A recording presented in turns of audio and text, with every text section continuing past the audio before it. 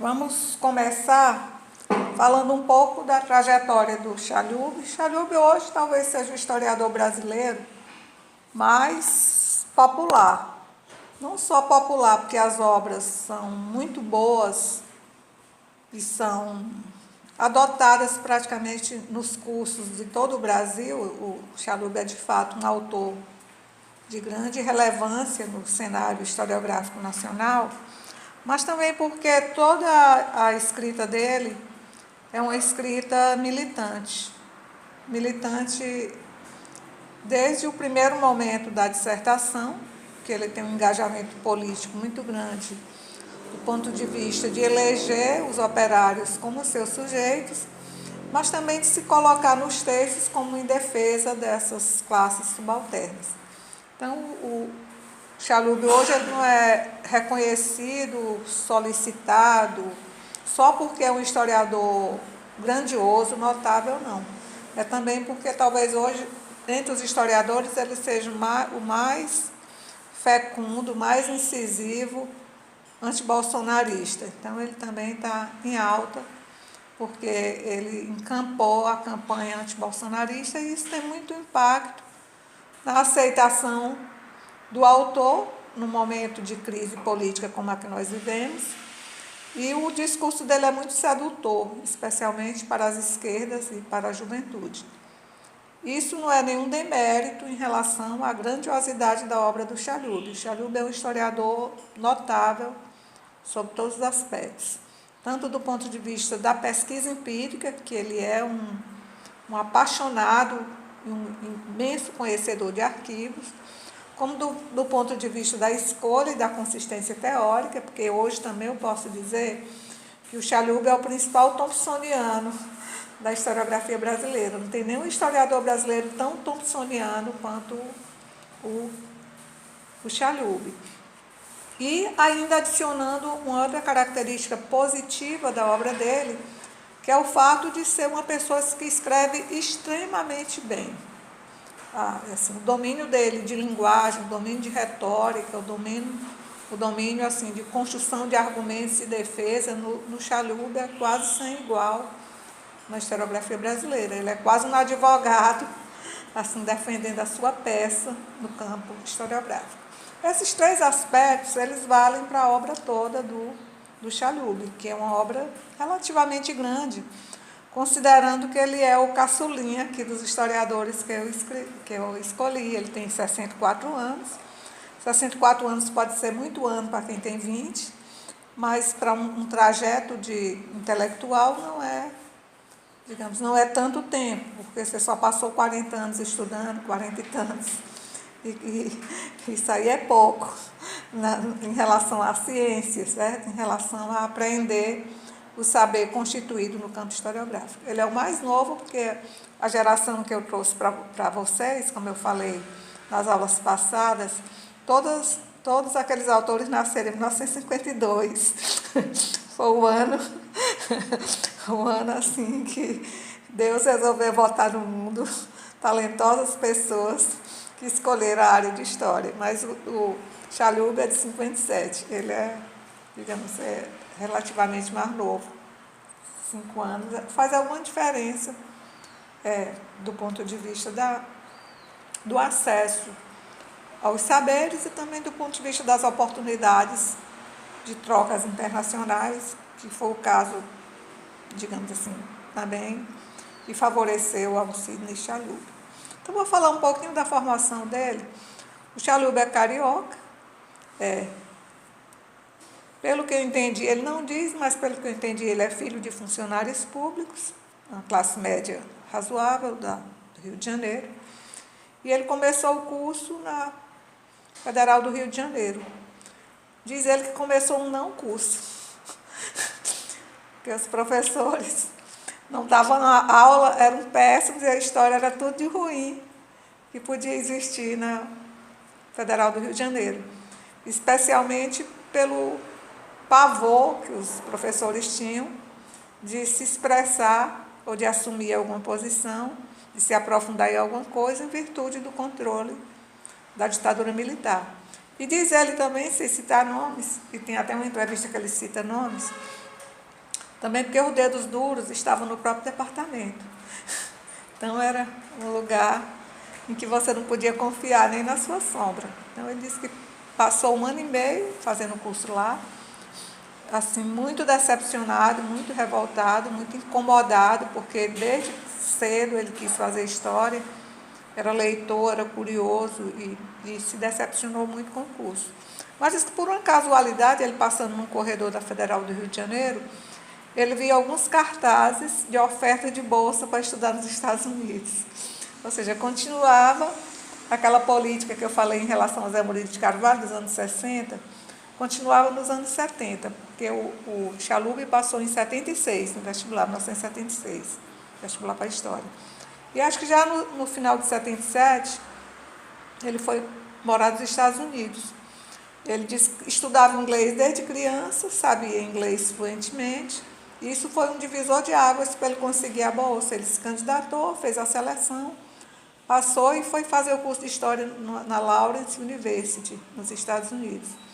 Lá ele ficou 2 anos, concluiu o curso, voltou para o Brasil, com o bacharelado feito nos Estados Unidos. Para ele foi um divisor de águas, porque ele disse que quando chegou lá encontrou de fato uma universidade, encontrou um sistema de ensino que cada aluno tinha o seu tutor para acompanhar as pesquisas empíricas. Como ele sabia inglês estudou desde criança, ele não teve dificuldade. E lá ele disse que mudou totalmente a relação que ele tinha com a universidade, com o saber, e adquiriu aquela seriedade americana em relação à universidade, porque ser universitário dos Estados Unidos é um compromisso muito intenso e a universidade se leva a sério. E ele disse, voltou com esse diploma dos Estados Unidos, mas quando chegou aqui no Brasil, o diploma não foi aceito. Ele perguntava, cadê a história do Brasil? Cadê a história do Rio de Janeiro? Cadê a história não sei de quê? Ele não tinha, porque ele tinha feito o curso nos Estados Unidos. Aí teve que voltar para a universidade para pagar disciplinas para a Federal do Rio de Janeiro, só que ele disse que teve muita sorte, porque quando ele voltou, isso já foi em 80, né, 79, 80, segundo semestre de 79, diz que quando voltou, tinha começado a abertura política e tinham voltado aqueles professores que eu já mencionei também em outras aulas, Ciro Cardoso, certo? Ciro Cardoso, Marieda Linhares, aquela turma de grandes historiadores que estavam no exterior, que tinha sido exilada, eles voltaram em 79 com a corda toda e foram dar aula na Federal do Rio de Janeiro. E ele disse que pegou justamente esses professores que praticamente viraram pais e protetores intelectuais, que foram abrindo caminho para ele, vendo, digamos, a formação que ele já tinha no exterior, a disposição dele para se tornar historiador, e logo em 80 ele entrou no mestrado na Federal Fluminense, na UFF, né? Ele fez um mestrado lá, a partir de 80 que terminou, ou foi 81 que terminou em 84. Em 84 ele terminou o mestrado. E ele foi, digamos assim, nesse momento, incorporado nesse grupo, esse grupo do Ciro Cardoso, da Marieda Linhares, era assim o top do top do top da historiografia marxista brasileira, marcada por essas experiências nos Estados Unidos, no caso do Ciro Cardoso, e na França, da Marieda Linhares. Estou dando só os 2 chique do chique da historiografia marxista desse período, que eram os professores que todos os alunos desejavam ter como orientadores, e que eram referências mesmo nacionais. Ele foi para a Federal Fluminense, lá ele continuou acompanhado por esses professores, mas ele o orientador dele foi um americano chamado Robert Slenes, que é inclusive um grande historiador. Ainda hoje o Bob Slenes, eu acho que, se duvidar, ele ainda é visitante da Unicamp, mora aqui no Brasil, se instalou no Brasil, e lá nos anos 70 ele fez um livro que fez muito sucesso, que chama Na Senzala uma Flor.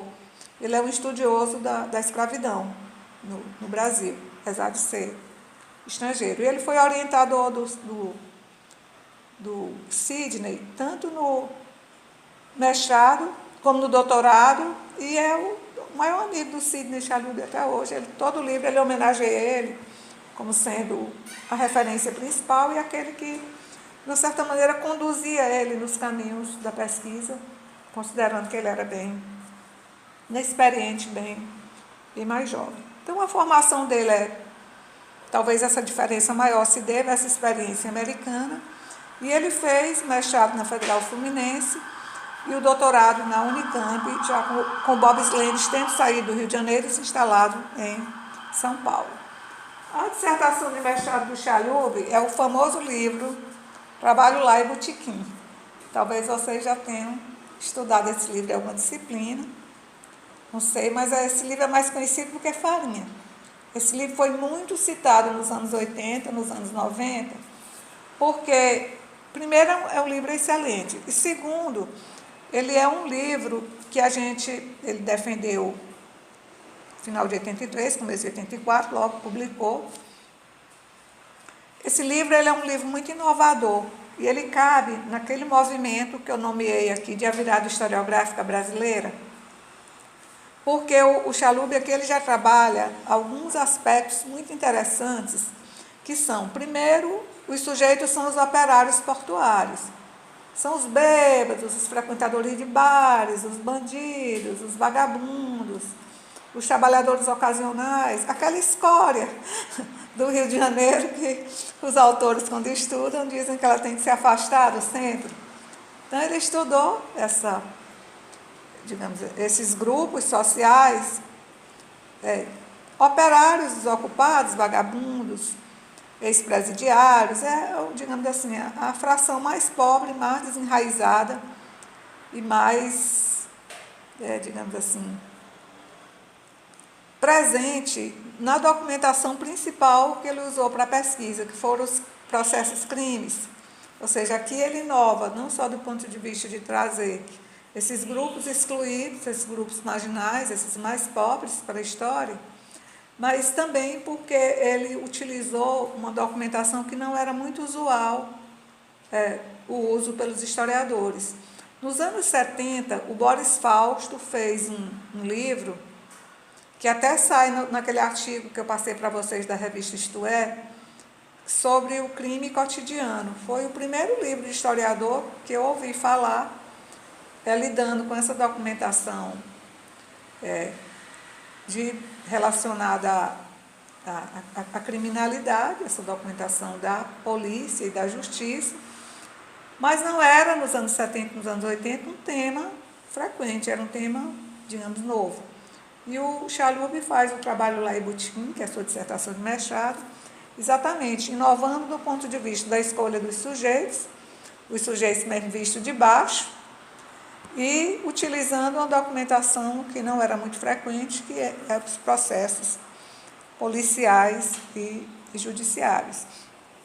E o enredo do livro também era um enredo inovador, por isso também que o livro deu muito sucesso, tudo nele era novo, porque ele mostra, digamos assim, esse mundo portuário, esse mundo da pobreza, dos bares, da bebida, da violência, dos pequenos roubos, através de três personagens, são 2 homens e uma mulher, é um triângulo amoroso, um era amante da mulher, ela trocou pelo outro, e um matou o outro. Então, é uma história de crime passional, envolvendo não a alta sociedade como Euclides da Cunha, sua mulher e o amante dela, mas envolvendo assim brigas de bar em torno de mulheres que moravam juntas, que eram concubinas. Então, é um livro interessante, é quase um romance, esse Trabalho Lá e Botequim. E ele é do começo dos anos 80. Eu suponho, eu não vi a data, mas eu suponho que o Chalub defendeu no final de 83 e já publicou o livro pouco tempo depois.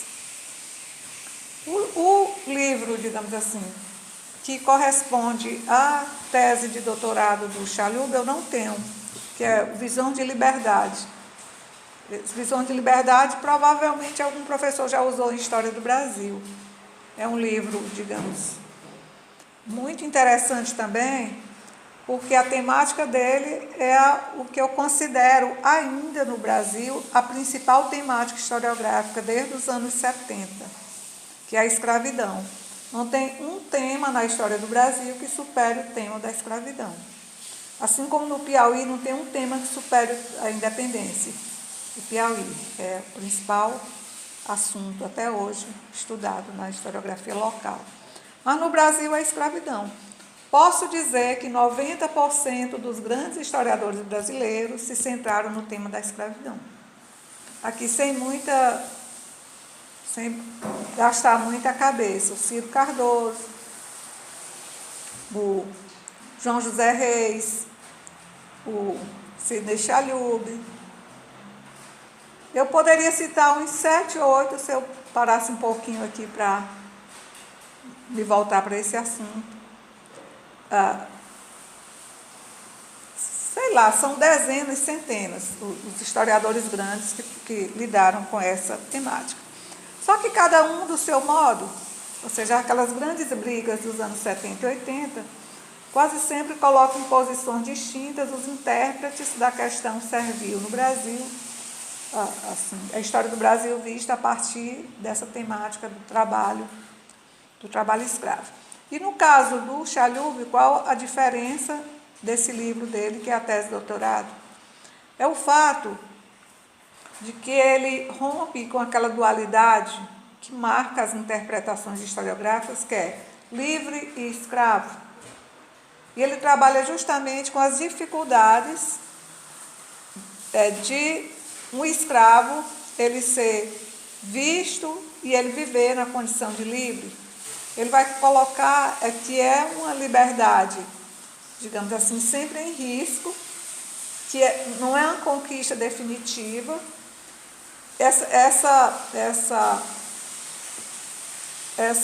Esse atravessamento entre liberdade e escravidão é constante e é talvez a principal marca da vida dos libertos e dos alforriados na segunda metade do século XIX, tornando a coisa um pouco mais concreta, mais explícita. O que é que ele diz? Ele diz que, por exemplo, um escravo que compra a sua alforria, ele, em tese, é sempre considerado escravo. Em qualquer lugar que ele vá, que ele circule, em qualquer tipo de situação que ele tem que enfrentar, ele tem que provar com a carta, com a documentação, que ele de fato é livre. Se ele não conseguir, qualquer pessoa o retoma na condição de escravo. Certo? Isso por um lado, ou seja, é uma liberdade precária, é uma liberdade sempre sujeita à prova, e uma liberdade sempre em risco de não ser provada. Aqui, um lado. O outro é que, muitas vezes, o próprio escravo, ele conseguia a sua liberdade por alforria, por compra, qualquer que fosse ou por legislação nacional sobre isso, mas ele se tornava escravo de novo se fosse conveniente para ele. Por exemplo, ele ia preso. Aí ele na mesma hora dizia, não, sou escravo de seu fulano, embora não fosse. Não fosse mais, ou nem conhecesse aquela pessoa, mas fosse uma pessoa poderosa. Sou escravo do seu fulano. Porque o seu fulano era acionado e tomava a decisão, ou pagava, como que a gente chama para soltar a pessoa? A fiança. Ou pagava a fiança, ou negociava para ele trabalhar um tempo na condição de escravo, ou retomava a proteção dele na condição de escravo, ou dava a liberdade que ele já tinha. Ou seja, mas o escravo, o ex-escravo, quando ele se via numa condição limite, ele recorria à sua condição de escravo, que era melhor para ele do que ser livre, porque livre ele estava totalmente à mercê da sua miséria, da sua pobreza, do seu isolamento, da sua falta de proteção. Então, o Chalhoub, o livro dele é muito rico, porque ele coloca essas indefinições, essas transições, essas idas e vindas, essas dificuldades, digamos, e esse atravessamento entre a condição de livre e a condição de escravo. E, por outro lado, ele coloca também, que é um aspecto muito interessante do livro, todas as astúcias que os escravos iam criando e ex-escravos para circular na sociedade. Por exemplo, muitos escravos, eles se metiam nos cortiços, porque lá ninguém os conhecia, eles se misturavam com estrangeiros, com brasileiros, com pessoas vindas de outras origens, com libertos, e ele assumia lá a condição de livre. E até onde desse, ele ia como livre. Podia ser que algum dia o dono descobrisse, retomasse, mas podia ser que não. Então ele vai mostrando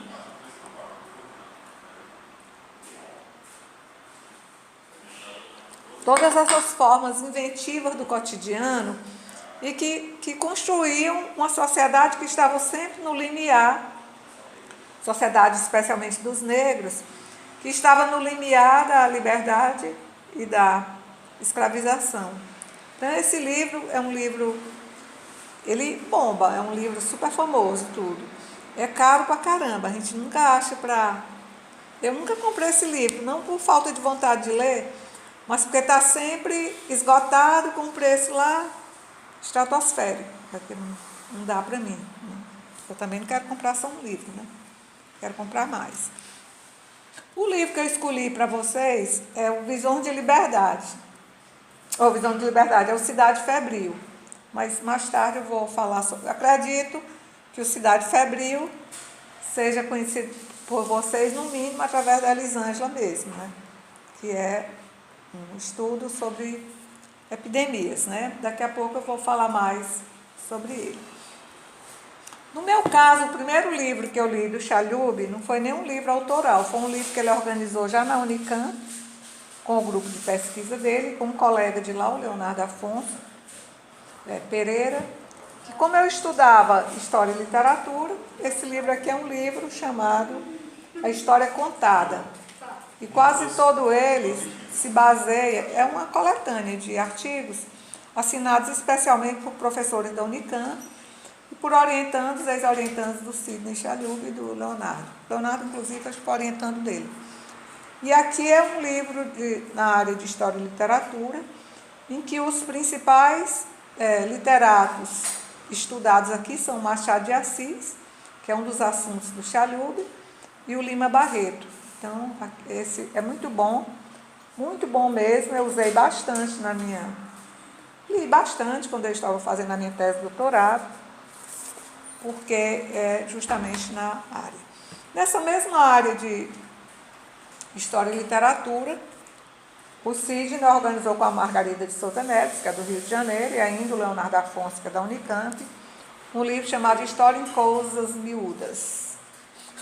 Coisas mesmo. História em Coisas Miúdas. Também é um livro que utiliza bastante a fonte literária, Machado de Assis, Lima Barreto, Aloysio Azevedo, historiadores, literatos especialmente cariocas, e é uma gama de abordagens em relação à cidade, à literatura, à escravidão, os temas que são temas, a doença. Então é muito bom esse livro aqui, eu também já usei em sala de aula alguns capítulos. O Chalhoub, ele estuda várias temáticas, todas elas articuladas, que é um aspecto do trabalho dele muito interessante. Todos os temas que ele desenvolve no livro, ele vai, como se ele pegasse um pedacinho, ou uma problematização que decorre do livro, ele vai aprofundando em outros. Então, tem uma continuidade nos estudos dele que a gente pode observar a partir de alguns elementos. Por exemplo, ele estuda sempre a escravidão, certo? Menos do ponto de vista de cima, legal, dos senhores ou do trânsito regional, mas mais do ponto de vista das vidas escravas, do cotidiano dos escravos, especialmente das formas criativas de resistência que os escravos vão inventando para lidar com a dominação senhorial. Então, ele não se preocupa muito com os senhores, não. Ele se preocupa com essa relação paternalista, mas na forma, digamos, que os escravos inventam para lidar com essas regras paternalistas, ou seja, o que eles inventam para não fugindo das regras, terem benefícios. Então ele estuda a escravidão, os escravos, nessa perspectiva da relação com o poder senhorial e com como os subalternos eles vão inventando formas de lidar com essas regras dos dominantes. Escravidão é um tema dele. Outro tema do Chalub são as epidemias. Ou seja, uma das razões também do Chalub está em grande moda, mas está em grande moda mesmo, gente. Eu não sei se vocês perceberam que ontem eu mandei um link para vocês. Eu assisti, 3 horas eu estava ali a postos, eu e vários alunos meus assistindo, que ali era ao vivo, né? Eu só não assisti 3 horas, eu assisti depois, né? Porque eu estava estudando para um seminário, aí eu não pude, mas de noite eu assisti. Maravilhoso, né, Mariela? Eita. Eu gosto muito, eu acho muito interessante essa parte que trabalha com saúde. E assim, ele faz muito bem a ponte passado e presente. Como ele é militante, anti-bolsonarista, e também ele está muito confortável para dizer o que ele quiser, que ele está lá nos Estados Unidos, morando lá, só é visto nos vídeos. Então eu assisti também, eu assisto, quando tem uma coisa assim ao vivo bacana que eu tenho um tempo, eu assisto um pedaço, depois eu completo de noite a audiência. Então ele estuda bastante essa questão da... Eline, é no YouTube, você bota Sidney Chalub ali no pesquisar, aí sai assim 50 mil coisas. Aí no caso, foi ontem a palestra, a que eu mandei para o grupo, foi ontem, mas está no YouTube. Eu assisti de 3 a 4, foi até bem às 4h15. Eu vou procurar aqui o link para mandar, peraí. Tá. Viu? Depois, se você quiser não achar, também eu mando o link direto do YouTube para você. Então, é muito, digamos, essa temática da pandemia é uma temática que quando ele começou a trabalhar com ela, no começo dos anos 90, não existia praticamente esse campo História da Saúde no Brasil, né? Assim, o livro também, Cidade Febril, ele foi muito, muito novo, porque lá na Fundação Oswaldo Cruz já tinha um conjunto assim, de estudiosos sobre saúde. Mas entre os historiadores mesmo não era muito frequente essa temática da saúde. E ele mesmo conta no livro que não tinha intenção de estudar isso aí não, que de uma certa maneira ele foi conduzido pela documentação, conduzido pela pesquisa. Porque o que ele queria estudar era exatamente aprofundando o que estava no livro Visões e Liberdade, aprofundar um ponto. Qual era o ponto? Era aquele que ele queria mostrar como os escravos fugidos, eles se intocavam nos cortiços, né? nas áreas, digamos, super habitadas, super pobres, super cheias de gente, para se disfarçar de livre. E como é que se criava nos próprios cortiços uma rede de proteção, principalmente entre os negros e aqueles também que haviam fugido, os libertos, os livres, como se criava uma comunidade de proteção dentro dos cortiços. Só que ele disse que para estudar isso, teria que estudar as dimensões urbanas, né? Ou seja, tudo relacionado ao urbano do Rio de Janeiro, as políticas urbanas, mas foi se envolvendo de tal maneira que ele foi sendo puxado por outras documentações, especialmente a documentação do que seria a Secretaria de Saúde do Rio de Janeiro, a repartição de higiene do Rio de Janeiro. E, olhando essa documentação, ele percebeu que não tinha muito como ele trabalhar o tema inicial, certo? Que era os fugitivos, né? Os escondidos nas áreas mais miseráveis da cidade, a rede de proteção. Mas ele descobriu que foi esse filão das doenças. Aí ele passou a estudar, foi a atuação do Estado, especialmente da cidade do Rio de Janeiro, a atuação, digamos assim, da política cortesã em relação ao controle das doenças porque ele descobriu logo em 1850 a febre amarela, dizimando o Rio de Janeiro todo, e a articulação dessas doenças e como elas foram sendo interpretadas, como elas foram sendo transformadas, digamos assim, em práticas sociais, em imaginação social, a partir da ligação que os médicos e os gestores públicos faziam entre doença, tráfico de africanos, imigração estrangeira, sujeira, pobreza, etc. Então ele achou que foi um filão que permitiu ele compreender a vigência das epidemias, o controle delas e as políticas públicas, as explicações do saber médico sobre elas, mas articulando esse saber médico a mudanças que iam acontecendo na história do Brasil e na história do Rio de Janeiro naquela época. Esse livro Cidade Febril, ele tem uma coisa assim bem interessante. Depois eu vou sair dele, voltar para meu roteiro, tá bom?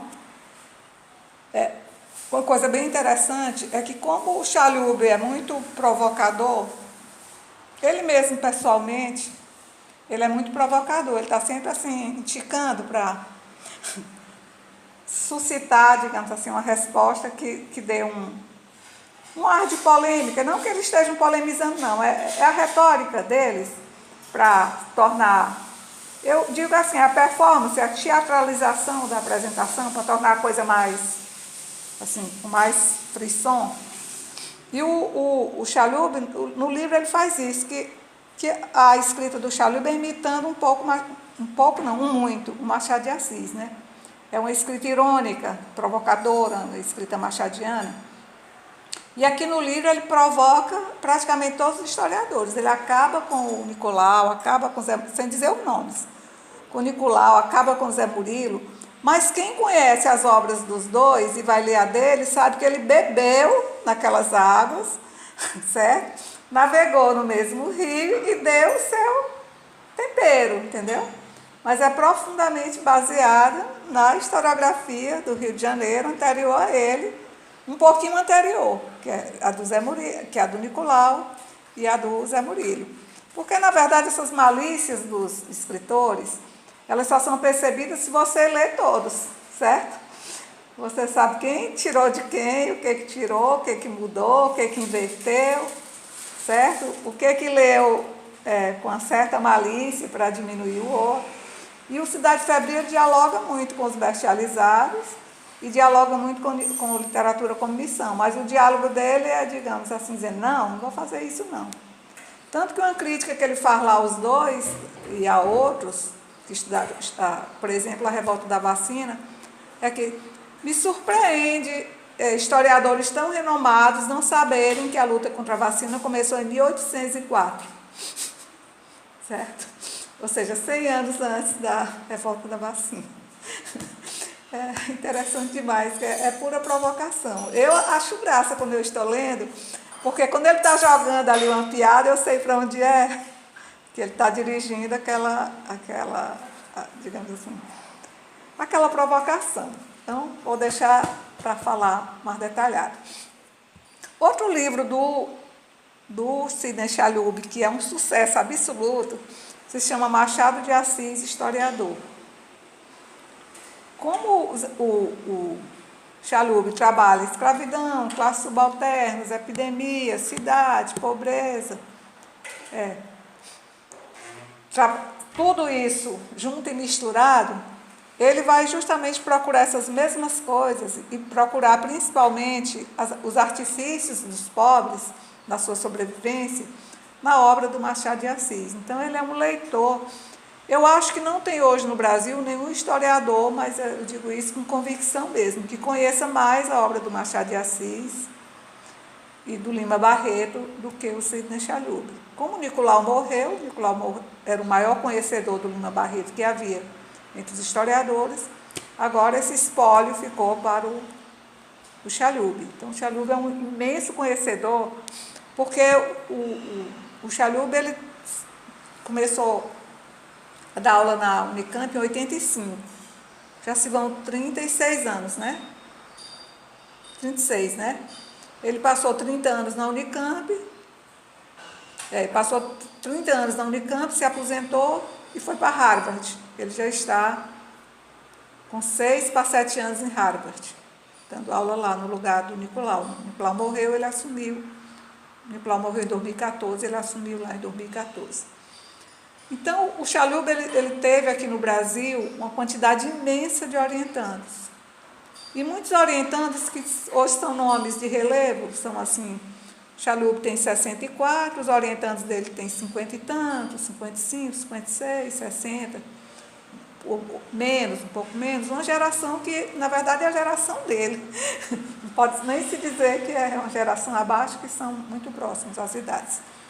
E ele orientou muito, e as orientações do Chalub são sempre na mesma direção: escravidão, Lima Barreto, Machado de Assis, pobreza, cidade do Rio de Janeiro, doenças. Tanto que ele organizou um livro, eu esqueci de botar aqui, está lá na minha estante, que eu gosto muito. Também já usei alguns capítulos. Que se chama Artes e Ofícios de Curar no Brasil. Porque lá na Unicamp tem uma coleção que chama Várias Histórias. Essa coleção, esse livro faz parte de histórias com coisas miúdas, e o Artes e Ofícios de Curar no Brasil também. Ela é uma coleção que ela da editora da Unicamp, que ela praticamente publica tese de doutorado, livro de docência, etc. Quase sempre dos professores da própria Unicamp, dos ex-alunos, e que são essas temáticas que são marca registrada daquela universidade. E que é, por exemplo, também a marca, teoricamente, a marca registrada do Chalub. Quando o Chalub estava no Rio de Janeiro fazendo a sua dissertação de mestrado, a gente ainda pode dizer que ele tinha uma pegada francesa, apesar de ter estudado nos Estados Unidos, mas ele tinha uma pegada francesa, porque ele era praticamente filhote, assim, protegido da Maria Ieda Linhares, que acabava de chegar da França e era professora na Sorbonne. E o Chalub, no trabalho lá em Boutiquim, ele ainda tem essa pegadinha francesa. Mas quando ele começa a ser orientado pelo Bob Slenes, ele cada vez mais se aproxima daquilo que é o seu principal referencial teórico, que ele abraça assim, com muita propriedade, com muita clareza, com muita convicção, que é a história social inglesa. Também vou dizer aqui que o Chalub é talvez o principal thompsoniano hoje da historiografia brasileira. Ele carrega essa marca da historiografia inglesa do final dos anos 50 até os anos 70, e não é uma característica apenas dele, é uma característica do Departamento de História e desses historiadores ligados à Unicamp. Na Unicamp tem duas tendências que não se bicam, que é a tendência Foucaultiana. Se vocês lerem ou observarem as entrevistas do Chalub com alguma atenção, vocês vão perceber que toda hora ele dá uma pinicada nos Foucaultianos. Ele debocha. Ah, lá vem a turma do saber poder. ele é engraçado, porque ele digamos assim, agressivo e irônico, entendeu? Mas aí ele dá uma risada e acaba ali o mal-estar. Então, ele está o tempo todo dando estocadas na turma do saber poder. A turma do saber poder, ela na Unicamp, a principal figura é a Margarete Hago. A Margarete Hago é a praticamente introdutora do Foucault, porque o Edgar Dedecker não teve coragem de assumir, embora tenha feito a tese Foucaultiana. Ela assumiu e ela ainda é hoje, embora já esteja aposentada, mas esses grandes historiadores, eles se vinculam a outras instituições e continuam sua vida normal de trabalho. Mas o Chalub está sempre dando uma estocada no saber poder, debochando dos conceitos Foucaultianos e defendendo os conceitos thompsonianos. Então, a trajetória dele é como, digamos, um historiador. Ele diz com muito orgulho de história social. Quando se ouve essa palavra história social e se liga a Inglaterra é a história social marxista, o marxismo heterodoxo, que vem dos anos 50 com o Hobsbawm, Christopher Hill, o Thompson, muitos historiadores, alguns dos quais não tiveram tanta penetração no Brasil. Então, o que o Chalub faz nos livros dele é muito próximo daquilo que o Thompson fez na formação da classe operária inglesa.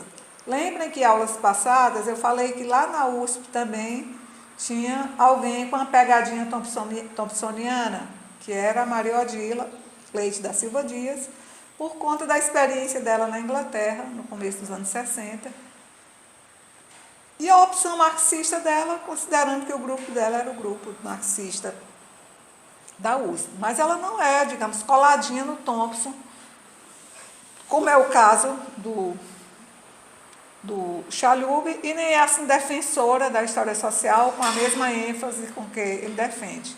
Até porque a Maria Odila, digamos assim, ela é uma historiadora muito politizada, mas a militância dela não é uma militância, digamos assim, com a força que é a militância do Chalub, não. E também porque ela trabalha mais com mulheres e com pobreza, e o Chalub trabalha mais com homens escravos, né? Tanto com mulheres escravas, ele trabalha com as artimanhas, mas ele trabalha mais com as artimanhas masculinas, porque os escravos que ele acompanha estão sempre transitando mais do que as mulheres. Então, a obra do Chalub, eu poderia dizer que ele aumentou muito a obra autoral dele nos últimos anos.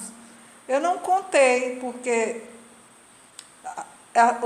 os dados não são organizados, eu me mexo para organizar. Então, as coisas são um pouco dispersas. Mas o Chalub deve ter pelo menos 8 a 10 livros autorais, livros assim com começo, meio e fim, um livro mesmo, sem ser coletânea. E os livros que ele organizou também não são em número muito pequeno.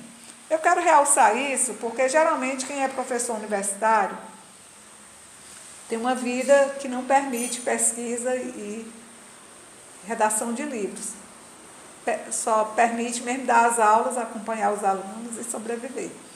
Mas nessas universidades grandes, como a USP, a Unicamp, a Federal do Rio de Janeiro, a Federal Fluminense, a situação é muito diferente da situação das universidades comuns, das universidades, digamos assim, que constitui a maioria das situações no Brasil, porque, em geral, eles só dão aula um semestre por ano, e nesse semestre que eles dão aula, o máximo que eles dão é uma disciplina na pós e uma disciplina na graduação. Então, eles têm 3 meses e meio que tem que ficar no lugar dando aula, e o resto eles podem pesquisar em qualquer lugar. Então, eles têm um semestre com aula, um semestre sem aula. Como são muitos professores, eu não sei hoje como está isso em São Paulo, mas quando eu estudei lá, eram 86 professores no departamento, 8,6. Aqui, às vezes, a gente é 9, 10, já tivemos período aqui de quem. Agora estamos muito bem, o tempo melhor do departamento é agora, que nós temos quase 20 professores, 18 professores, mas isso aqui não é, isso é o céu, comparando com o passado, que às vezes nós éramos 9 para fazer tudo. A mesma coisa na Federal Fluminense, na Federal do Rio de Janeiro. Federal Fluminense, acredito que tem uns 80 a 90 professores. Então, é muita gente, dá para acompanhar mesmo e dá para fazer pesquisa. E algumas dessas universidades, eles têm professores que conseguem ser professores e pesquisadores. Por exemplo, na USP, a Laura conseguia isso. E ela até dizia que se não conseguisse, ia morrer, porque ela gostava muito mais de pesquisar e escrever do que de dar aula. E por aí vai. Mas não é comum. O comum na historiografia brasileira é o professor, que é pesquisador também, ele tem a dissertação de mestrado, a tese de doutorado e mais alguma besteira e nunca mais.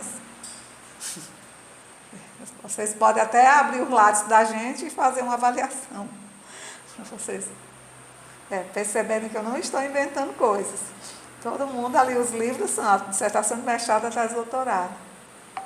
Mas não é porque a gente não queira, é porque as condições de trabalho que nós temos em universidades periféricas não tem nenhuma comparação com as universidades, digamos, grandes, e com os financiamentos que esses estados ricos propiciam aos pesquisadores.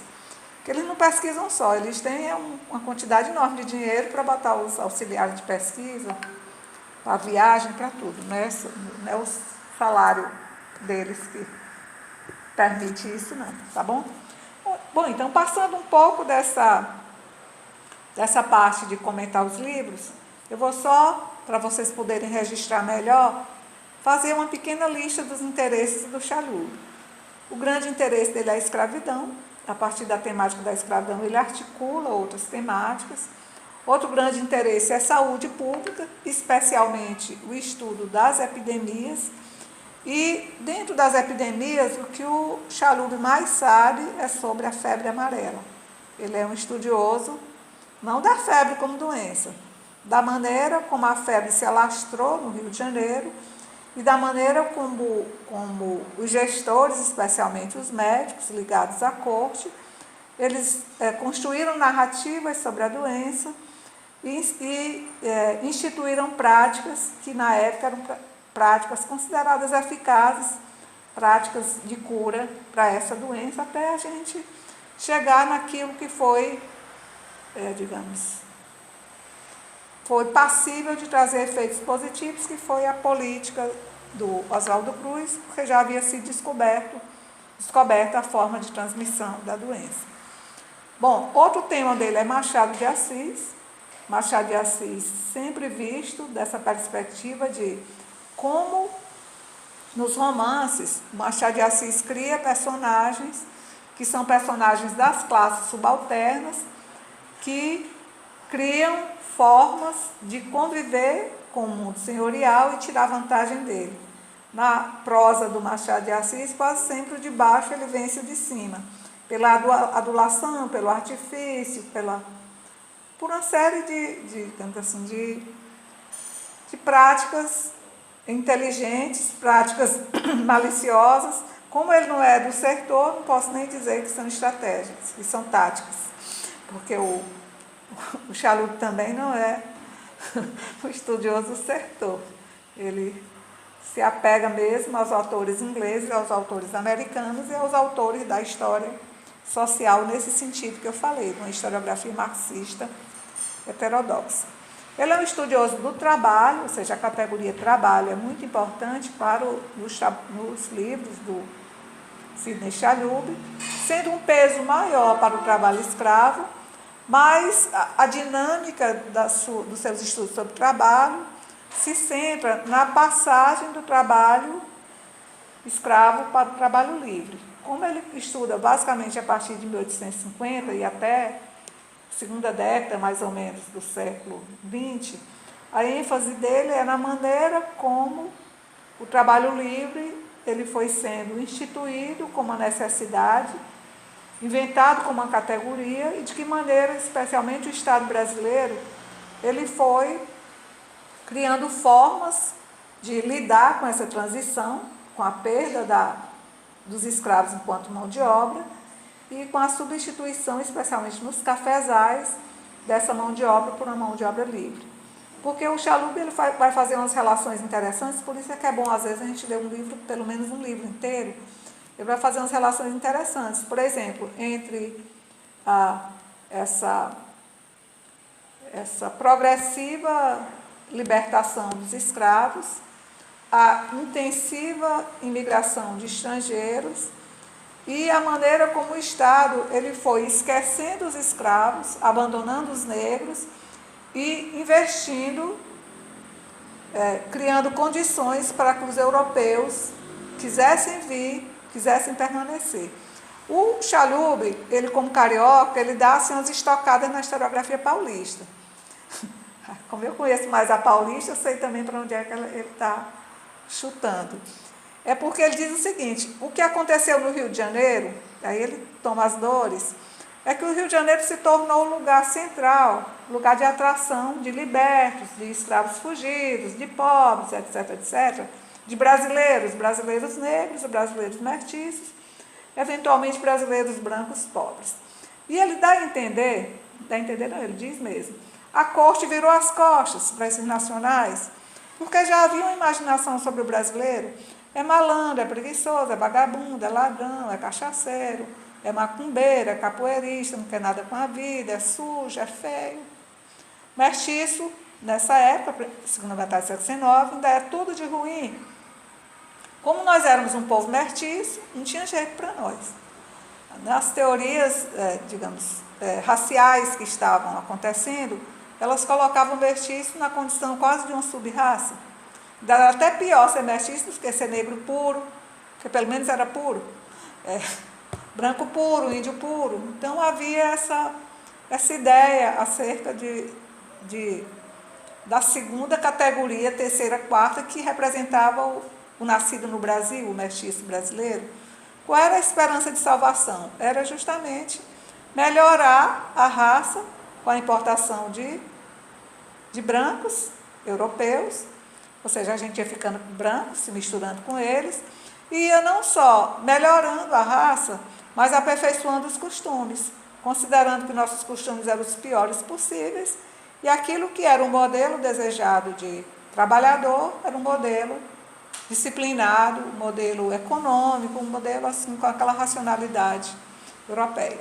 Então, qual é a queixa de carioca que o Chalub vai fazer, metendo o cacete nos paulistas? É que os brasileiros que estavam no Rio de Janeiro, que constituía aquela massa que nós vimos no Zé Murilo, aula passada, desocupado, informal, vagabundo, desempregado, aquela coisa que era para limpar no Rio de Janeiro, que o Chalub flagra aí na segunda metade do século XIX, ele diz assim: o governo brasileiro abandonou os brasileiros propriamente ditos e criou uma série de políticas públicas de investimento nos estrangeiros. Então, quando chegava eles, não que ele queira dizer que os imigrantes tiveram vida boa, não trabalharam muito, ou não se esforçaram, ele não quer dizer nada contra os imigrantes. Ele quer dizer que pela primeira vez o governo brasileiro, aí entra parte do imperial e parte do republicano, investiu numa corrente de mão de obra e criou condições para aquela mão de obra se estabelecer. Deu um lote de terra, deu os instrumentos, deu a alimentação inicial antes das roças produzirem, certo? Deu emprego garantido nas fazendas. Ele vai dizer, bom, tudo bem, que os imigrantes se tornaram esses digamos assim, esses bem-sucedidos do século XX e que se tornou muito positivo ser descendente de imigrante. Ou seja, ser descendente de colono, que era horrível ser colono no século XIX, no começo do século XX, que era o suprassumo da pobreza, veio chutado, migrante pobre, mas foi invertido esse signo. Ser descendente de colono significa dizer assim, tenho no meu DNA trabalho, esforço, economia, frugalidade, disciplina. E o Chalub responde a uma coisa interessante que está aí difusa na convivência entre os brasileiros, mas que eu posso dizer que eu vivi isso quando eu tinha 22 anos, 23, que morava no Paraná. Eu fazia o mestrado lá. É que só tinha valor quem fosse descendente de estrangeiro, lá no Paraná. Claro, japonês e chinês não, né? Era descendente de alemão, de suíço, de italiano. Agora, quem tinha mais valor, os descendentes italianos, ia baixando. Entre os brancos, os que não valiam nada eram os poloneses, eram chamados de polacos. Chamar uma mulher de polaca era quase chamada de prostituta. Então, tinha uma hierarquia também. Mas se concebia, e a historiografia de lá diz muito isso, e de Santa Catarina, do Rio Grande do Sul, e de São Paulo também, que o Brasil só virou esse Brasil industrial, um Brasil rico, que é a imagem também, né? E tal, por conta do trabalho dos estrangeiros. Tipo assim, se não tivesse vindo a imigração estrangeira, o Brasil seria aquela miséria do século XIX, marcada pela preguiça, pela feura e pela doença mestiça. Então, tem isso na historiografia de maneira muito clara. Isso estava nos anos 70, nos anos 80. Eu não sei como é hoje a leitura que se faz no Sul acerca da importância da imigração estrangeira e do crescimento da própria região. Não posso dizer porque eu não tenho mais contato com essa historiografia sulista. E o Chalub, como carioca, carioca não é sempre chamado de preguiçoso, vagabundo, malandro, não sei o quê. Sem querer, o Chalub toma essas dores. Não sei se é sem querer, não. Sem querer, querendo, não sei como é. Mas ele toma essas dores, assim, da imaginação que incide, negativa sobre o carioca e positiva sobre o paulista, que é mais ou menos assim no Brasil. Carioca é vagabundo, sem vergonha, mentiroso, malandro, não sei o quê, e o paulista é trabalhador, frugal, econômico, disciplinado, assim, tem essa polaridade. Ele carioca morando em São Paulo, e eu vejo isso de maneira tangencial nos livros dele, ele diz, tudo bem, mas o governo imperial e republicano abandonaram o Rio de Janeiro à sua própria sorte, investiram tudo em São Paulo. Ele não diz isso não, eu que estou aqui dando anti-Chalub, certo? Eu estou fazendo o que ele faz com os outros, interpretando, mas é isso que emana dos trabalhos dele também, certo? Bom, ele é um estudioso do Rio de Janeiro, ou seja, a história da cidade do Rio de Janeiro, é um historiador da cidade, especialmente da cidade no século XIX. Nesse ponto, ele vai naquela direção do Zé Murilo e do Nicolau, ser um dos intérpretes qualificados da cidade do Rio de Janeiro. E, evidentemente, ele trabalha a abolição. Ele tem muitos trabalhos sobre a abolição, na leitura dele acerca da abolição. Só lembrando aqui, não é o Chalub, é que eu falei que o principal tema da historiografia brasileira é a escravidão. O principal tema da historiografia piauiense é a independência. E a cidade que está anos-luz de distância, em termos de a cidade mais estudada do Brasil, é o Rio de Janeiro. Não tem nenhuma cidade que tenha os milhares e milhares de estudos acerca dela, que não o Rio de Janeiro. Então, é a cidade número 1 da historiografia brasileira. Agora vamos conversar um pouquinho sobre o livro Cidade Febril, certo? Dos livros do Chalub, eu gosto muito, embora discorde de algumas coisas, do Machado de Assis, historiador, mas o que eu gosto mais é o Cidade Febril, por isso eu escolhi para vocês. E também porque, como ele tem muitas coletâneas, eu não gosto de tratar das coletâneas porque não é apenas ele só tem um artigo. Esse livro é a tese de livre docência dele. Ele pesquisou mais ou menos entre 89, 90 até 94. Ele passou em 5 anos enfronhado nessa pesquisa que gerou o livro Cidade Febril. E ele foi defendido na Unicamp, que ele começou a dar aula em 85, como eu falei, em 1995 como tese de livre docência. Que as universidades de São Paulo são estaduais, vocês sabem, né? USP, Unesp e Unicamp, não são federais. E lá a carreira universitária é diferente da nossa. A carreira universitária, ela termina com esse nível chamado de livre docência. E é uma tese que é uma tese tão, digamos, pesada, que são 5 examinadores, são 5 arguidores, mas não é meia hora para cada um, não, é uma manhã ou uma tarde para cada um. Então, você passa 5 dias defendendo a sua livre docência, e cada dia você é sabatinado X horas por um examinador, certo? Então, aqui é a tese de livre docência. Se o candidato não se garantir, é melhor ele nem ir, porque vai reprovado. E essa pesquisa, ela foi uma pesquisa que ele fez no Brasil e nos Estados Unidos. Por que ele fez no Brasil e nos Estados Unidos? Porque, primeiro, eu falei para vocês que ele se formou lá, né? Embora não tenha sido aceito o diploma. E segundo, como ele dominava profundamente a língua inglesa, ele muito cedo se tornou visitante de várias universidades, ia para semestre de pesquisa, ser visitante e tal. E também porque o Chalub, ele trabalha, como a maioria dos historiadores de 50 e tantos anos para baixo, que trabalham com esse tema da escravidão, eles não fazem um trabalho, digamos, local, ou regional, ou nacional. O tema da escravidão é um tema hoje, que eu posso dizer que é um tema mundial, na perspectiva de ser um tema atlântico. É a história do Atlântico, certo? Não é só a história da escravidão no Brasil. A história da escravidão no Brasil, ela só faz sentido, ela só é interpretada, e é assim que ela é vista hoje, pelos pesquisadores, como um fragmento da história atlântica. Vou dar aqui 3 exemplos de historiadores da escravidão que estudam dessa maneira. E eles deixam de ser historiadores só brasileiros, eles são historiadores da escravidão no mundo, dialogam com os outros historiadores da escravidão. A Marina de Mello Souza, que é irmã da Laura. Não sei se vocês sabem que a Laura tem uma irmã chamada Marina, que é professora da USP, que é uma das maiores especialistas em história da escravidão atlântica. Vocês já ouviram falar. O Tames Parron, que é aquele jovem professor da Federal Fluminense, mas que é de São Paulo, que ganhou o prêmio Jabuti naquele ano que eu falei, certo?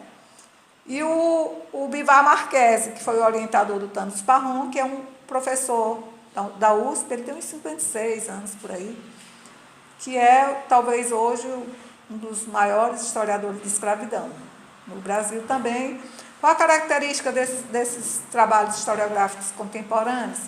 É o fato de não vincular a pesquisa a um lugar, certo? A um país, a história só daquele país.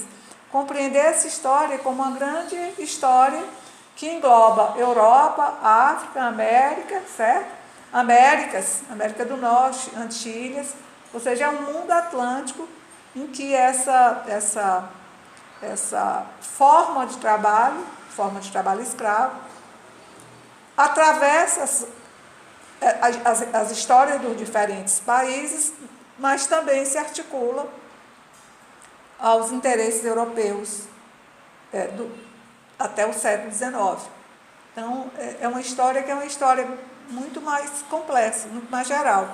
O Tames Parron, quando ele fez a tese de doutorado dele, que virou o livro, que eu nesse instante não estou me lembrando do título, mas eu até tenho esse livro, ele pesquisou mais na documentação caribenha e americana do que na documentação brasileira, porque ele estudou os fluxos, porque, na verdade, os escravos, os navios negreiros, eles circulavam, tipo, do Rio de Janeiro para o Caribe, para Nova Orleans, para Nova York, não sei o quê, ou seja, era um trânsito de navios com mercadorias que eram os homens escravizados e mercadorias de um modo geral, seja para trocar por esses escravos, seja para vender nesses mercados. Então, é uma movimentação muito interessante. E também porque hoje ninguém estuda essa escravidão atlântica sem fazer referência a uma experiência de revolução de negros, que é a revolta de São Domingos, que assombrou os primeiros anos do século XIX, porque os negros escravizados do Caribe e a região, digamos, insuflada era a região francesa, eles enfrentaram as tropas de Napoleão. Não as tropas no chão, as tropas nos navios, né? Napoleão mandou milhares e milhares de soldados, muitos navios, para tentar conter essas populações negras. E não conseguiu. Terminou que o país se tornou independente. Hoje é o Haiti. O Haiti se tornou independente e essa revolução de negros, ela se tornou o assombro de todos os países escravistas. O grande medo no Brasil e nos Estados Unidos, em qualquer lugar onde havia escravidão, no resto da América, era justamente uma insubordinação de negros. Isso aconteceu num ponto menor aqui no Brasil, em 1834, 35, 34 ou 35, eu não sei qual desses anos, não estou me lembrando bem, na Bahia, mas só que não foi assim de negros em geral, foi a revolta dos malês, eram os negros muçulmanos, que até deu esse tema, se transformou num interesse e num livro do João José Reis, que nós vamos, não estudar esse livro, porque eu não tenho ele, vamos estudar outro, já até botei no Siga, outro livro dele. Mas se tornou, digamos assim, um mito a assombrar as sociedades escravocratas do século XIX. Bom, então, o Schaluber, ele trabalha nessa perspectiva, é uma história atlântica.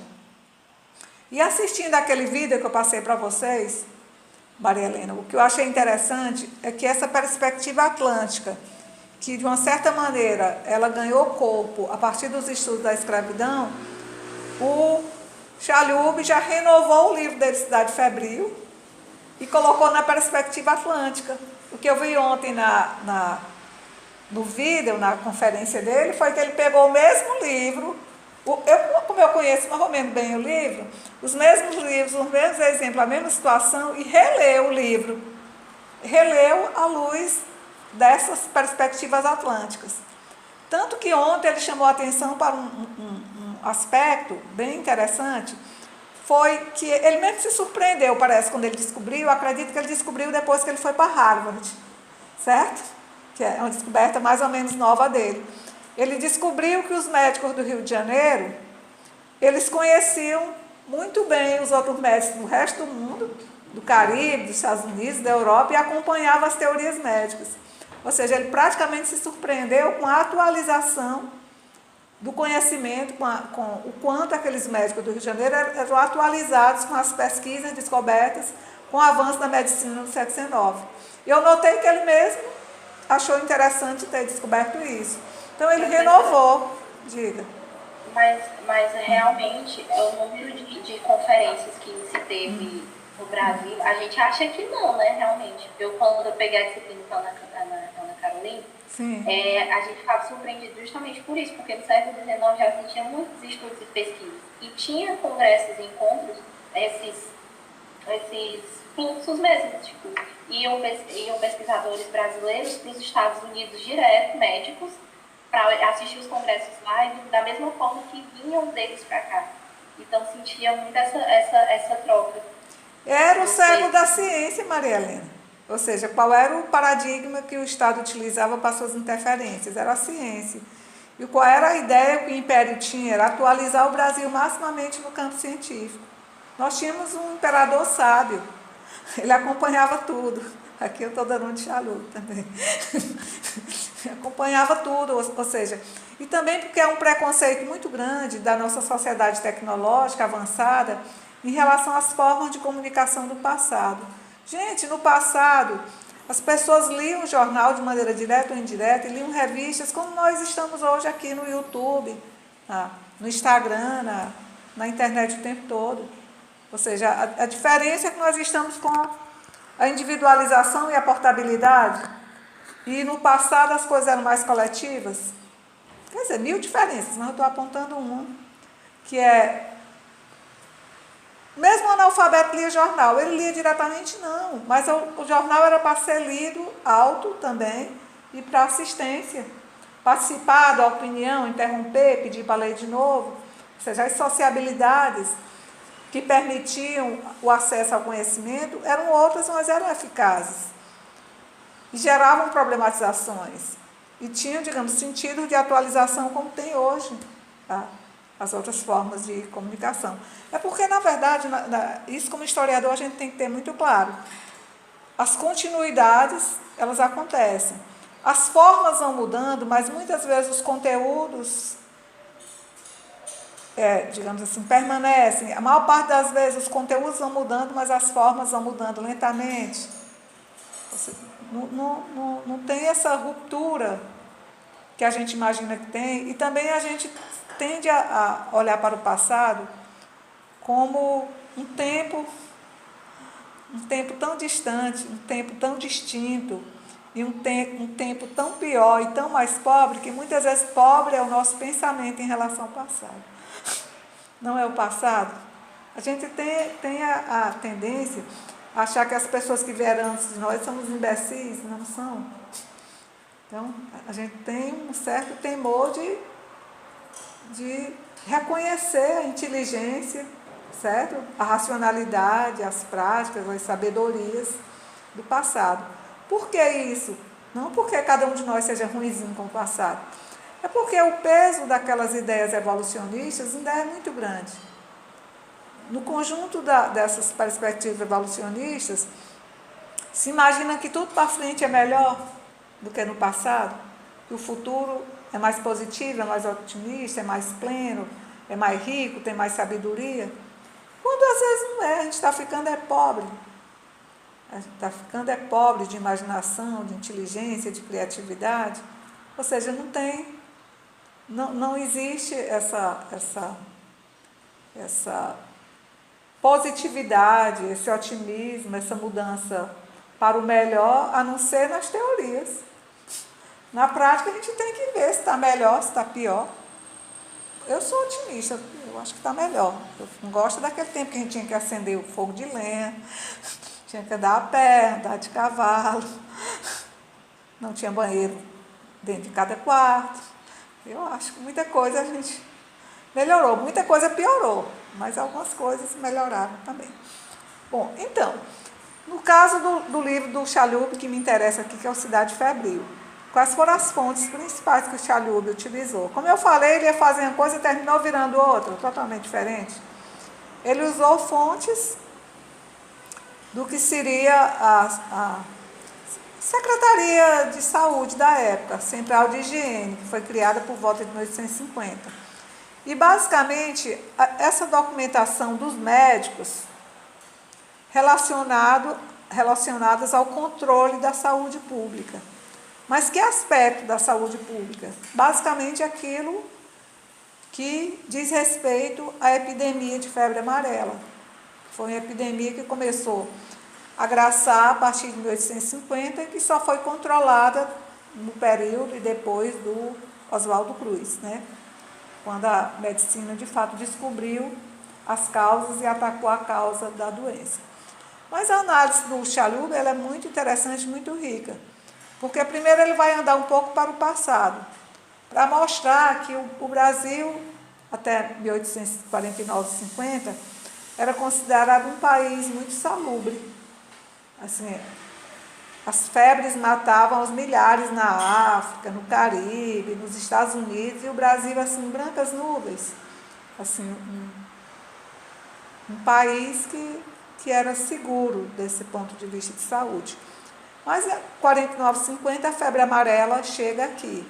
Eu vou chamar chega aqui, porque as teorias explicativas da época, os médicos e todas as pessoas que pensavam acerca da doença, num primeiro momento, eles atribuíam a doença como a doença chegava, à entrada de navios, especialmente de navios negreiros, de navios que traziam escravos. Por quê? Porque a África, essa doença era endêmica. Então, se a doença está lá na África, não está aqui, ela chega, ela vem de alguma forma, era a ideia. Porque a ideia científica era mais ou menos, digamos, duas teorias científicas. A teoria do contágio, entre os médicos, os conhecedores, os estudiosos. O que era a teoria do contágio? Era aquela que imaginava, que prescrevia, que a doença passava assim. Aí vão pensar que eu estou falando da Covid, que não é não, estou falando mesmo da febre amarela. Era passado pelo contato entre as pessoas, pelos ares, que ficavam contaminados pelas partículas, pela respiração, pelo toque, pelo fato de você pegar na coisa que o doente pegou, certo? Pelo acesso às fezes, ao suor, à urina, ou seja, tudo, o contágio ele acontecia, digamos, de pessoa para pessoa, ou mediado por alguma coisa que a outra pessoa usou, certo? Então, o contágio supunha que era gente que passava para a gente, de maneira direta ou indireta. Então, essa é a noção de contágio. Qual era a outra teoria? E que às vezes elas se misturavam, e as duas eram usadas ao mesmo tempo, era a chamada teoria da infecção. O que supõe a teoria da infecção? É que a doença, ela é adquirida porque você entrou em contato com miasmas, certo? Com ares contaminados, com águas paradas, águas podres, com cocô, com sujeira, com detritos, que a junção dessas imundícies de várias ordens, elas permitiam nascer uma coisa, eu não vou chamar de vírus, que eles não chamavam, nascer um ente, certo? Um bichinho qualquer, que não se via, mas que adoecia. Ou seja, na teoria da infecção, a gente não pegava da pessoa, a gente pegava do ambiente, certo? Pegava daquele universo infecto, de sujeira, de cocô, de todo tipo de dejeto de águas apodrecidas, sendo a água um canal muito importante para nascer aquele bicho que ia nos adoecer e ia provocar a infecção. Então, essas duas teorias eram as teorias que vigoravam. Qual é a ideia do Chalub? Que o Chalub é extremamente criativo. E aqui eu vou dizer uma coisa que ele sempre diz. Ele diz que o historiador tem direito a qualquer opinião ou explicação, desde que ele prove, certo? Então, ele diz assim as loucuras dele, mas ele vai passando anos e anos procurando as provas para tornar plausível, aceita aquela coisa que ele traz como explicação. Então, ele vai fazer duas associações aparentemente loucas, mas que ele consegue provar muito bem. A primeira, do ponto de vista da teoria do contágio. Ele diz, para que serviu essa teoria do contágio, que foi prontamente aceita entre os gestores da saúde no Brasil? A defesa de que, há duas defesas principais. Primeiro, de que, como eram os negros que traziam da África no tráfico de africanos, qual era a forma de diminuir, de evitar esse contágio? Botando a sério aquela promessa que a gente tinha feito para a Inglaterra em 1831, de interrupção do tráfico negreiro. Ele diz, positivamente, a teoria do contágio ajudou o governo a tomar a decisão de fato, proibir o comércio de contrabando, que era o maior comércio, o maior produto, que era o produto escravo, que era um produto, digamos assim, que dava muito lucro a quem comprava e a quem vendia, e não dava nenhum lucro à nação, porque como era contrabando, ninguém pagava imposto, ninguém declarava essas coisas. Então, ele diz, por um lado, tem esse aspecto. Por outro, como a doença era uma doença que tinha características empíricas, observáveis, da seguinte natureza. Os negros geralmente não adoeciam de febre amarela. Quando adoeciam, não morriam, certo? Resistiam. E os brancos, especialmente os que vinham do interior do Brasil, das outras províncias, e os que chegavam da Europa como imigrantes, na hora que chegavam no Rio de Janeiro, iam direto para um buracão. Ou seja, a doença atacava e matava imediatamente os brancos e poupava os negros, certo? Essa característica, nos Estados Unidos, ela vai dar um resultado, no Brasil, ela vai dar outro. Aliás, 2 resultados nos Estados Unidos, no Brasil, outro. Qual foi o resultado dos Estados Unidos, por exemplo, na região de Nova Orleans? É que, como os negros não morriam de febre amarela, eles se tornaram os cuidadores, certo? Então, o que foi admitido? Que os brancos tinham que ser cuidados pelos negros, porque os negros não adoeciam, certo? Mas isso era só na teoria, porque na prática eles adoeciam, só que adoeciam menos e morriam menos, certo? Então, os negros se tornaram os cuidadores dos brancos, porque os brancos eram vistos como muito frágeis do ponto de vista dessas doenças tropicais e do ponto de vista até de pegar sol e de fazer trabalho pesado.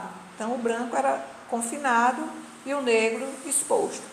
Isso vai, digamos, remarcar uma distância maior entre brancos e negros dos Estados Unidos e vai reforçar aquelas teorias raciológicas que começavam a vigorar cada vez mais pelo darwinismo em expansão.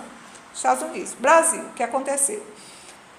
Em primeiro lugar, o impulso a essa ruptura com o tráfico de africanos, que já era um tráfico ilegal do ponto de vista do próprio Estado, mas o Estado tomou a iniciativa de tornar, de fato, ilegal aquilo que já era ilegal. Por outro lado, essa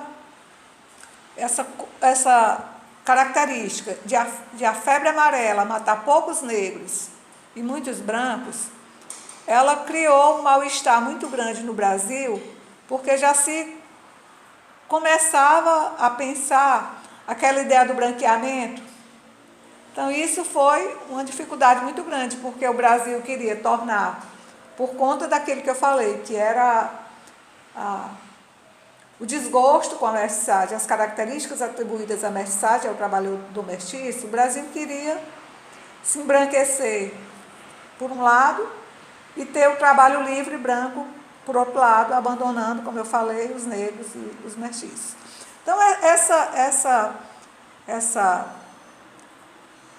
essa pandemia, não foi uma pandemia não, essa epidemia de febre amarela no Rio de Janeiro, ela vai, digamos, alimentar esses aspectos de uma cultura que vai se constituir aí mais fortemente e alimentar o final do século e boa parte do século XX, que são as teorias raciais, em que começa a se organizar no pensamento social essa ideia de que há raças que realmente são superiores e há raças que são inferiores. Embora na prática o mosquito mostrasse o contrário, mas ninguém sabia ainda que era mosquito, certo? Mas o que se dizia da febre amarela? Era uma doença xenofóbica, ou seja, matava os estrangeiros, e era uma doença protetora dos negros, não matava os negros. E isso era um problema para um país que queria se embranquecer, que queria virar as costas para a sua herança negra, que queria deixar de ser mestiço, certo? E que, digamos, alimentava cada vez mais no imaginário das elites dominantes essa ideia de que nós poderíamos e ainda éramos um país europeu nos trópicos. O que acontecia nessa época da febre amarela?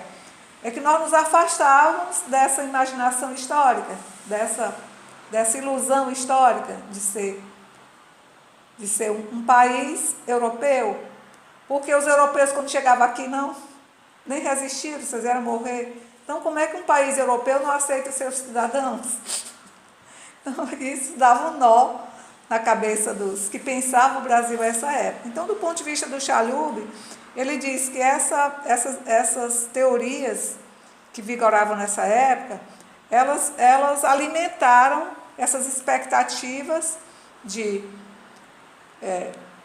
dificuldades para o branqueamento e dificuldades também para explicar como é que nós iríamos superar essa mestiçagem, voltar as costas à nossa herança negra, se a doença ela estava cada vez mais dizimando brancos e poupando os negros. Do ponto de vista do Chalub, esse contexto de discussão da febre amarela vai alimentar muito as teorias racistas, vai aguçar a questão racial no Brasil, vai cada vez mais fazer com que as elites dominantes se empenhem no branqueamento, cada vez mais financiando a vinda de brancos, e tomem assim, diferentes atitudes em relação à proteção a esses brancos que chegavam.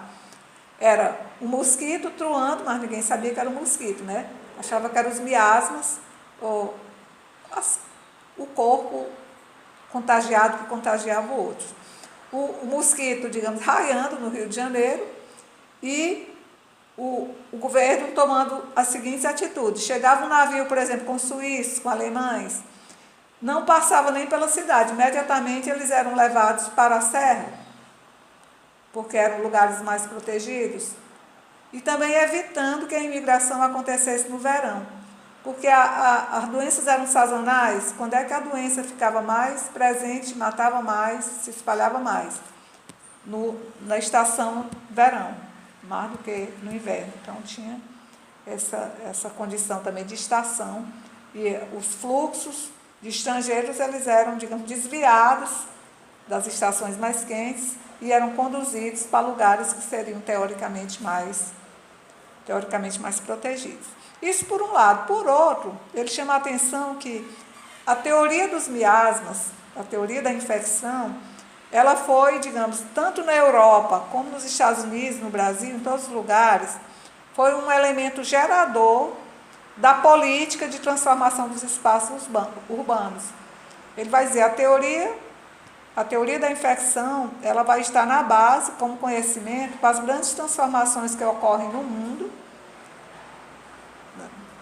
em Londres, em Paris, em Nova York, no Rio de Janeiro, em Pereira Passos, porque se acreditava mesmo que as doenças, elas vinham daquela forma das cidades, formas, digamos, de ruas muito estreitas, de contato muito frequente de pessoas, de muita sujeira, de muita água estagnada, tudo, como eram as cidades do século XIX, que eram cidades sem esgoto, sem rua larga, sem ventilação, sem, digamos, os requisitos que a ciência urbana moderna colocou como essenciais para a boa vida, para o conforto, para a manutenção da saúde, que é justamente limpeza.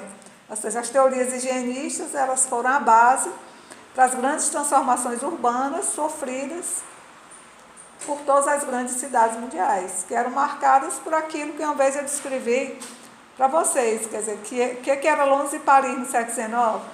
Eram cidades com milhões de habitantes, paupérrimas, sujíssimas, cheias de cocô, cheias de carroça, de animal, de xixi, de toda porcaria, de lixo na rua e com pessoas doentes de todas as doenças possíveis. Então, as teorias higienistas, elas vão sendo criadas na mesma época e elas vão gerar essas políticas públicas de interferência urbana, buscando salubridade, que o sol entrasse, que o vento corresse, certo? Que os dejetos humanos fossem para os canos, certo? Todo um modo de cidade, que é a cidade moderna, de que Paris de Husmans é a mais representativa e seguida praticamente por todas as grandes cidades do mundo. Sim, porque as políticas higienistas, elas atuavam do ponto de vista do Estado sobre os espaços, mas o sentido não era só embelezar os espaços, o sentido era manter a saúde da população. Porque a saúde da população, ela tinha relação com outras ideologias que estavam sendo criadas. Por exemplo, a ideologia do trabalho. Quem é que pode trabalhar? É um homem saudável, é uma mulher saudável. A mulher saudável não era tanto em função do trabalho, era em função da reprodução, da preservação da família, da educação dos filhos. Mas o homem saudável, um homem forte, um homem, digamos, de uma cidade salubre, era um homem apto para o trabalho. Lembrem que no final do século XIX, há um avanço muito grande e uma mudança muito grande nas formas de trabalho do mundo. A industrialização, ela ganha muita força na Europa, especialmente na França e na Inglaterra, e o trabalho é livre.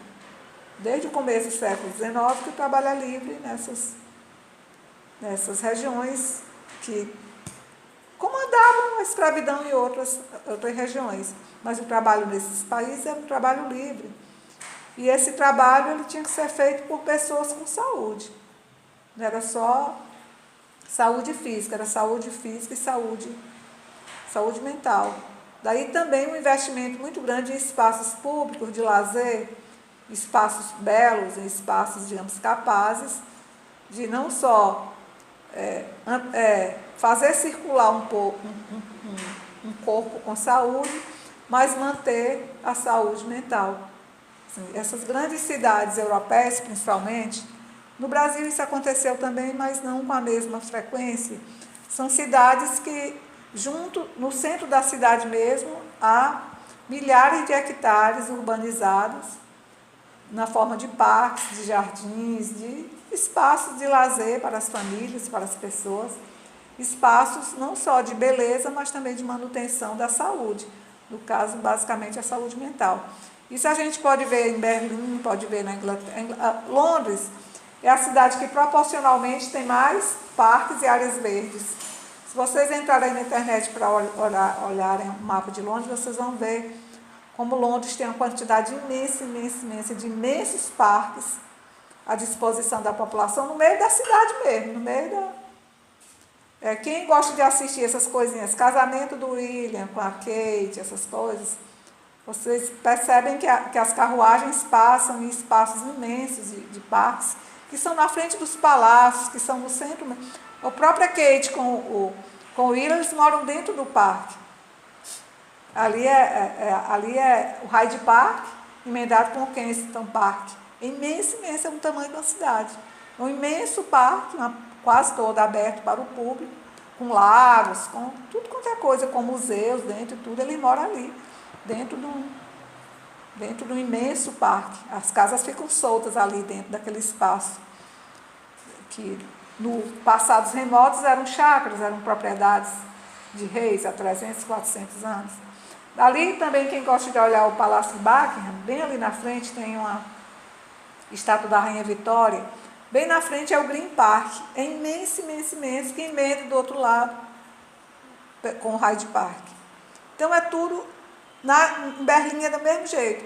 Você está aqui na cidade, de repente você está dentro de um bosque. Bosque cheio de casa, o povo mora dentro do bosque mesmo. Não tem muro, não tem nada não, cada um mora dentro do bosque, que eu não sei nem como é que eles chegam de noite lá na casa deles. Mas eu perguntei para o Kleber, de Deus, que é nosso professor que estudou na Alemanha, eu disse, Kleber, quando eu fui a Berlim, a coisa que mais me apavorou foram aqueles imensos parques, que eu já não sabia se estava na cidade ou estava no interior, e com casas dentro. Como é que as pessoas chegam lá, se tiverem que sair à noite? O Kleber deu uma risada sonora e disse, Terezinha, lá praticamente não tem violência, então o risco é zero. Risco é a gente aqui na porta da nossa casa. Então o risco de atravessar aqueles parques de noite indo para casa praticamente não existe, de violência. Mas assim, são formas do século XIX que mudam o aspecto das cidades, especialmente as europeias, mas são imitadas no Brasil. Por exemplo, no Rio de Janeiro se cria o jardim público. O jardim público no começo do século XX era o supra-sumo da chiqueza para as pessoas ricas eles exibirem seus figurinos europeus, seus perfumes importados, suas rendas, suas luvas. Andava todo mundo se acabando de calor dentro daquelas roupas quentes da moda europeia. Então, era muito... Bom, bem, pois vamos ficando por aqui. O Chalhoub, digamos, é inesgotável. Cada livro desse daria não sei quantas aulas, mas como eu falei para vocês que eu vou falar um pouquinho sobre cada um, só um dia, para vocês terem uma... Porque a minha intenção não é tanto falar sobre o autor, porque vocês já viram o autor em alguma disciplina. É que vocês possam emendar, que essas histórias não são separadas, está um livro aqui, um livro ali, um autor ali. É um contexto de produção historiográfica brasileira e internacional, um contexto de consumo de autores, de concorrência entre autores, concorrência entre teorias e vocações das universidades, porque cada universidade tem o seu modo de se apropriar dessa tradição brasileira e estrangeira. Então, gente, foi um prazer. Eu já estou colocando o material no Siga, nós vamos terça-feira conversar um pouco sobre o João José Reis. Eu também não me lembro de alguém, além de mim, usar o Reis, mas como eu não sei o plano de curso dos outros, eu só sei do Pedro da Elisângela, do Edivar, então não sei o que acontece. Eu suponho que vocês já tenham estudado ele também é um estudioso da escravidão, em outro parâmetro, que não o do Chalhoub, mas é também um militante, só que ele não é militante, ele é tímido. O Chalhoub é midiático, se chamou, ele foi, não bota nenhuma banca não, ele está sempre na frente daquele computadorzinho ali. Eu prestando atenção para a habitação dele, parece que ele mora muito simples nos Estados Unidos, só tem um quadrinho daqueles que tem uma moldurazinha preta, do tempo do Bumba. Fica ali olhando. A vida dele acho que é um pouco modesta nos Estados Unidos. Mas é brilhante, eu assisto muito, não só dele, assisto dos outros também. Não, até como sugestão para vocês, não esperem ter tempo, a gente não tem tempo. Como eu não assisto novela, não tenho paciência com novela, essas coisas, geralmente é à noite, quando eu já estou muito cansada das coisas obrigatórias. Eu não vou mentir, eu comecei a assistir ontem de madrugada. Eu não vou mentir. Eu assisto de noite, quando eu já estou cansada das obrigações. Aí, ao mesmo tempo, eu estou ali, eu me divirto e aprendo alguma coisa e vejo o que está acontecendo no mundo. Então, é bacana. Eu sempre mando um pouco para vocês, porque eu tenho medo de vocês acharem que são obrigados e se sentirem um tanto pressionados. Mas eu mando muita coisinha assim que eu acho para os meus alunos. Quando eu acho que aquele aluno tem interesse, porque tem tanta coisa que a gente pode aproveitar do trabalho dos outros, os outros trabalhando para nós, né? Pois tá bom. Carlos, não falei com você, mas bom dia, né? Bom dia e tchau, né? Eline, você melhorou? Bom dia, professor. Você melhorou, Eline? Depois você me diz que eu quero também lhe dar um livro, viu? Não quero que você fique aí de... Tá bom. Tá bom? Aí você diz, mais ou menos, que tipo de coisa você se interessa. E eu boto na portaria também. Aqui só tem uma coisa, eu não levo nada para ninguém, porque eu não saio de casa. Quem quiser alguma coisa comigo tem que vir aqui no correio daqui de casa. Tá bom? Então até terça-feira, bom fim de semana. Terça-feira eu já quero dizer para vocês o que vai ser a prova, para vocês irem preparando, tá bom? Não tem surpresa nenhuma não, porque eu quero que vocês, quando tiverem tempo, já irem preparando, porque nós vamos ter pouco tempo em julho. Pois então, até terça.